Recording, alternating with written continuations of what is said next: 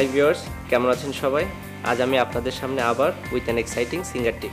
আজ আমি আপনাদের শেখাবো কি করে খুব সহজে আপনার মাইক্রোওয়েভটি মাত্র 5 মিনিটে পরিষ্কার করা যায়। প্রথমে একটা বাটিতে 1 কাপের মতো পানি নিন। এবার সেখানে কিছুটা ভিনেগার ঢালুন।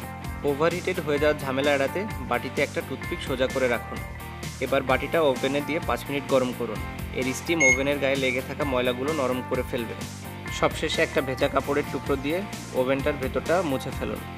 সো দেখলেন তো কিভাবে খুব সহজে আপনার মাইক্রোওয়েভটি পরিষ্কার হয়ে গেল। দেখা হবে নেক্সট সিঙ্গার টিপসে। বাই।